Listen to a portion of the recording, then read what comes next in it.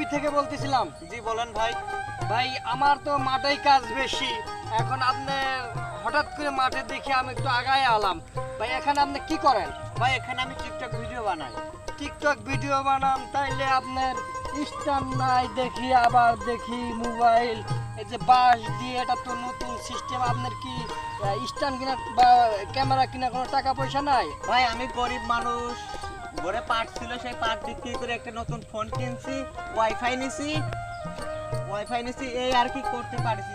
এখন পর্যন্ত তার বেশি আমার সামর্থ্য আর কুলোয়নি ভাই। ভাই এই যে আমি যে ডিজিটাল যুগে আমি তো জানি যে সব কিছুই আছে, তাহলে আপনার স্ট্যান্ড নাই, ক্যামেরা নাই, এইভাবে কি ভাইরাল হওয়া যাইবো?